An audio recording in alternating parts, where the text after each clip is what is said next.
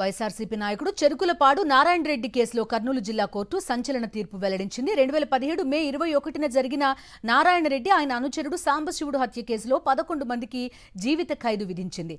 ఒక్కొక్కరికి 1000 రూపాయల జరిమానా విధించారు జిల్లా ప్రధాన న్యాయమూర్తి కబర్ది. ఈ కేసుతో 5గురికి సంబంధం లేదని రుజువు కావడంతో వారిపై ఉన్న కేసును కొట్టేసింది కోర్టు.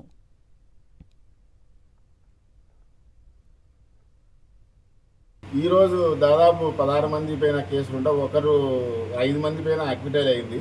కేసు కొట్టేసినారు 5 మంది పైన. మిగతా 11 పైన లైఫ్ సెంటెన్స్ ఇవ్వడం జరిగింది.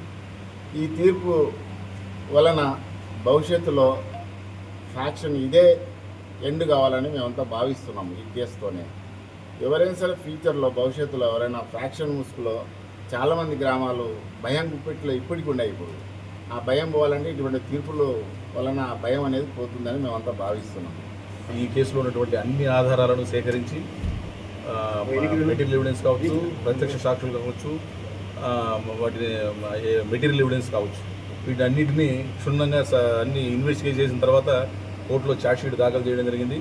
దాదాపు ఈ 8 ఏళ్లలో మనకు ట్రయల్ నడుస్తూ ఈ సంవత్సరం ట్రయల్ స్టార్ట్ అయ్యి సార్ గారు ఇప్పుడు ఈరోజు మనకు వర్డిక్ట్ ఇవ్వడం జరిగింది.